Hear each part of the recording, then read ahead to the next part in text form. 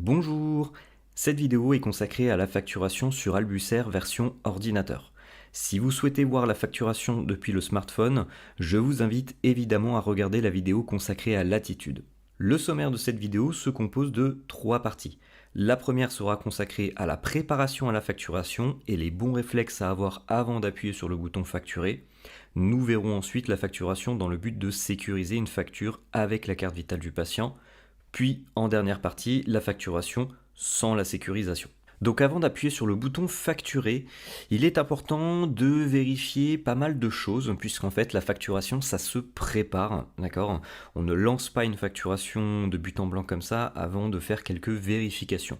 Première des vérifications que vous pourrez faire, c'est évidemment regarder le menu planning, le planning infirmier qui va vous permettre de voir si votre planning est rempli et qu'il est bien rempli sur les jours où vous travailler. Si vous ne savez pas ce que c'est que le planning, je vous invite évidemment à regarder la vidéo consacrée à l'utilisation du planning. Mais en tout cas, pensez évidemment à regarder si votre planning est complet.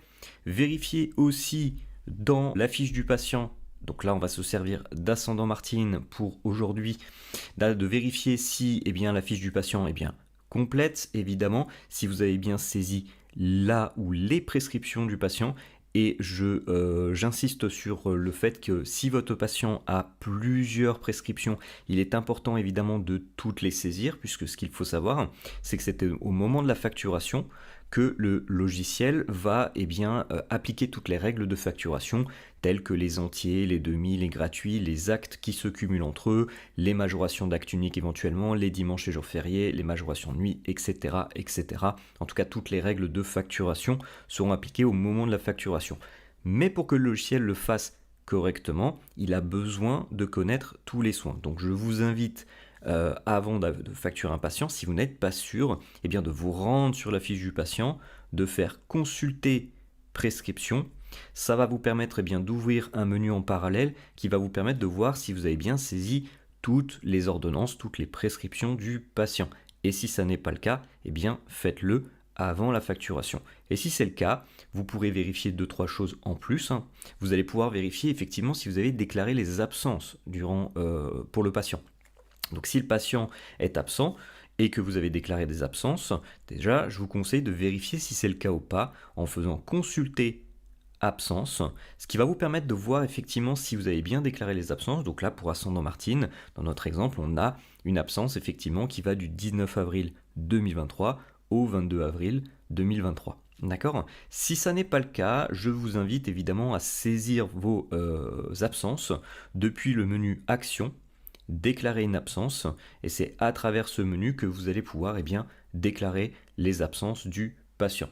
Dernière vérification que vous pouvez faire, c'est vous rendre sur le bouton consulter de la fiche du patient, rendez-vous, ce qui va vous permettre de voir tous les rendez-vous du patient, donc tous les soins et les rendez-vous qui vont être facturés.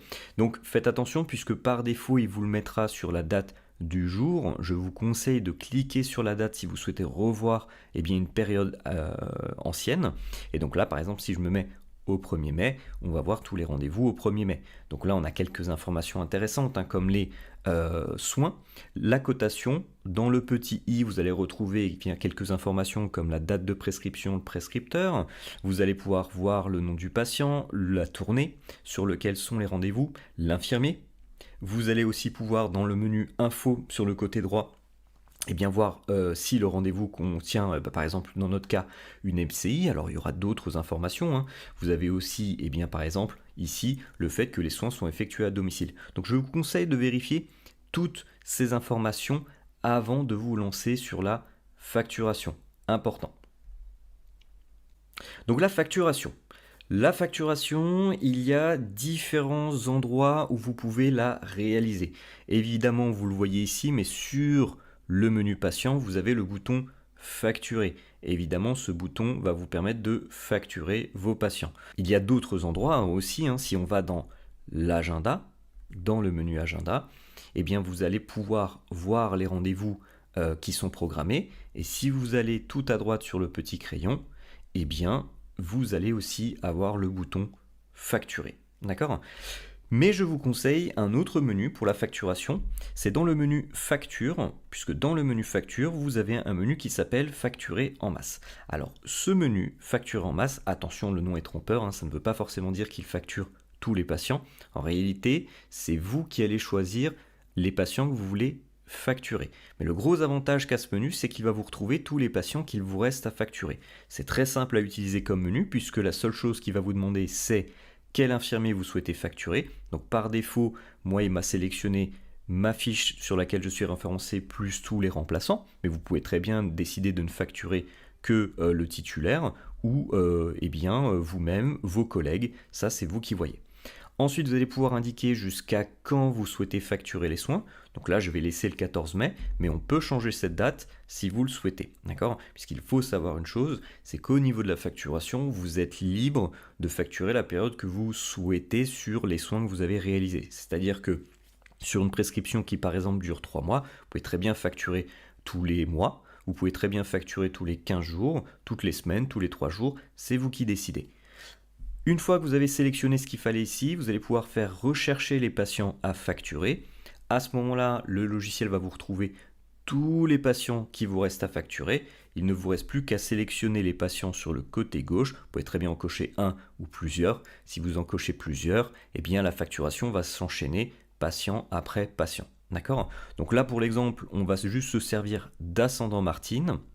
Et donc, étant donné que nous sommes sur notre première partie, la facturation en sécurisé, eh bien on va laisser les options qui sont sélectionnées sur le bas, puisque les options par défaut sont les options qui vous permettent de pouvoir aller sécuriser vos factures avec la carte vitale du patient en tournée.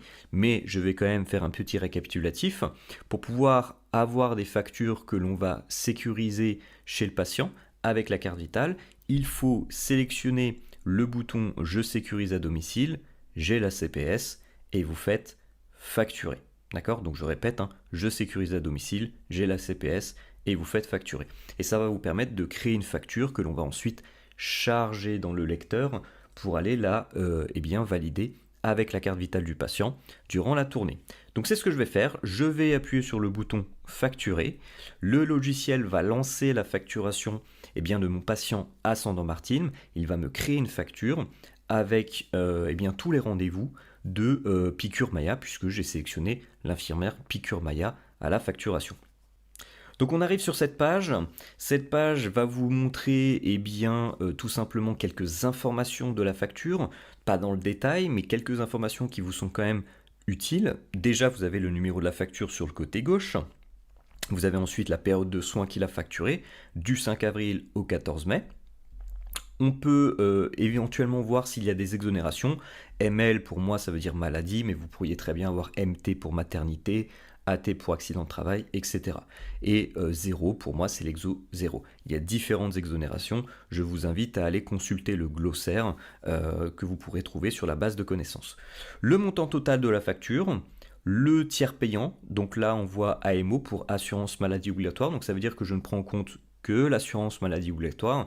Si j'avais aussi pris en compte l'assurance maladie complémentaire du patient, eh bien j'aurais aussi AMC dans la colonne TP. Ça n'est pas le cas pour notre exemple. Dans la partie AMO, eh bien on voit ce que la Sécu va prendre en compte sur les 464,30.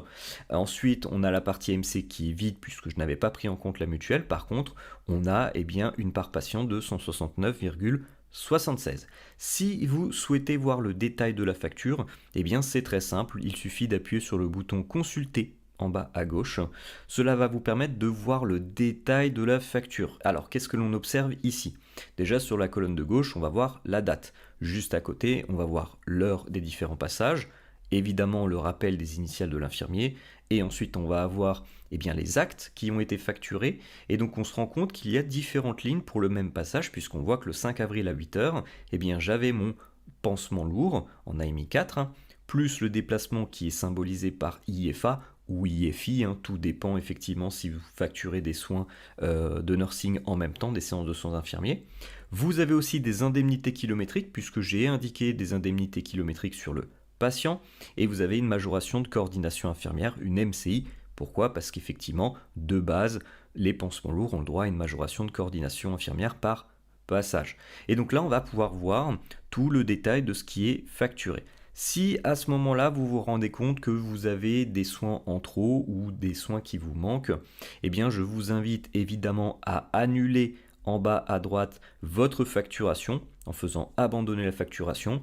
Vous allez corriger ce qui a besoin d'être corrigé et ensuite vous relancez la facturation. D'accord? Pour l'exemple, on va eh bien, sous-entendre que tout est bon et on va appuyer sur le bouton enregistrer en bas à droite. À ce moment-là, la facturation est créée, puisque là c'était juste une proposition de facturation. Donc la facturation est créée, et cette facture que je viens de créer, il va falloir que je la charge dans un lecteur, puisque oui, je l'ai expliqué avant, on est dans le cas où on va vouloir sécuriser les factures. Donc je rappelle ce que veut dire sécurisation des factures. La sécurisation des factures, c'est le fait de valider les factures avec la carte vitale du patient. Et comment le patient peut valider une carte vitale? Eh bien, ça va être à l'infirmier de charger la facture dans le lecteur, puisqu'il y a une mémoire dans le lecteur, et ça va permettre effectivement de l'amener chez le patient pour la signer avec la carte vitale. Donc c'est ce que je vais faire. Je vais tout simplement me rendre dans le menu eh bien, TLA que l'on a sur le côté gauche. Tac. Je vais cliquer sur mon lecteur qui est ici et je vais appuyer sur le bouton charger. Et en appuyant sur le bouton charger, eh bien, je vais tomber sur toutes les factures qui pourraient être chargées dans un lecteur. Donc là, je vais ne charger que Ascendant Martin pour notre exemple. Je vais appuyer sur le bouton charger les factures en bas à droite. Ça va lancer le chargement. Il vous ouvre en même temps un bordereau de chargement qui vous récapitule toutes les factures qui sont dans le lecteur. Vous pouvez l'imprimer ou non, ça c'est vous qui voyez. Et ensuite, il va aussi vous proposer d'imprimer les quittances des patients, s'il y avait des quittances des patients, puisque souvenez-vous, eh bien, notre patient avait une quittance, donc je peux vous la montrer. Si je fais oui imprimer, eh bien, il vous ouvre tout simplement une quittance papier, en PDF ou papier, hein, c'est vous qui voyez, qui va vous permettre eh bien, de voir et de donner ça au patient, hein, puisque la quittance est destinée au patient, de donner ça au patient pour lui montrer combien il vous doit, et ça lui fera une preuve de facturation. Voilà. Donc là, la facture, elle est dans le lecteur. Donc normalement, votre rôle ensuite, c'est d'aller chez le patient et d'insérer la carte vitale du patient dans le lecteur pour aller, eh bien, tout simplement sécuriser votre facture avec la carte vitale. C'est ce que je vais faire. Voilà, donc j'ai sécurisé avec la carte vitale de mon côté eh bien, la facture qui était chargée dans le lecteur. Opération très simple hein, qui m'a demandé pas plus de 5 secondes, c'est très simple, il suffit d'insérer la carte vitale, de sélectionner le bénéficiaire en question et vous avez eh bien, un menu Mes factures qui va vous permettre de voir vos factures et de les signer puisque le terme utilisé dans le lecteur que moi j'ai en ma possession, c'est le terme signer. D'accord? Donc on imagine qu'on est de retour de tournée et donc ces factures on va les remettre eh bien, dans Albus tout simplement pour pouvoir après les télétransmettre si on le souhaite, d'accord? Puisqu'on ne peut pas faire de télétransmission depuis le lecteur. Donc la télétransmission se fait sur l'ordinateur et donc il faut remettre les factures sur l'ordinateur une fois qu'on a tout simplement sécurisé nos factures, d'accord? Donc là on est de retour sur le menu TLA, on va appuyer sur le bouton décharger, non pas le bouton charger, mais bien le bouton décharger. Ce qui va nous permettre eh bien, de décharger notre facture qu'on avait chargée au préalable. Voilà, donc notre facture est ici, hein, on le voit, une facture chargée, une facture sécurisée. Très bien, tout ce qu'il y a à faire, c'est faire décharger le TLA en bas à droite. Il vous demande le code de la carte. Je le valide. Et donc ça va décharger les factures, et bien tout simplement dans Albus. Voilà, donc on a notre facture Ascendant Martin, hein, souvenez-vous la facture 170, elle est bien là. Donc là c'est juste un petit récap qui vous rappelle qu'effectivement vous avez eh bien, tout simplement déchargé tant de factures. On n'a plus qu'à appuyer sur le bouton fermer. Et notre facture est où? Eh bien on va la retrouver tout simplement dans le menu facture, télétransmission des factures. On va y aller pour que je vous montre. Puisque oui, hein, l'étape ultime, une fois qu'on a fait notre sécurisation, eh bien c'est tout simplement de télétransmettre nos factures. Donc nous voici sur le menu de télétransmission. Donc on retrouve notre facture 170 d'Ascendant Martin qui est là, qui est prête à être envoyée et qui est prête à être télétransmise, puisque c'est ça le terme exact. Mais ça, eh bien, ça sera sur une vidéo consacrée évidemment à la télétransmission. Donc je vous inviterai bien sûr à regarder la vidéo consacrée à ce sujet.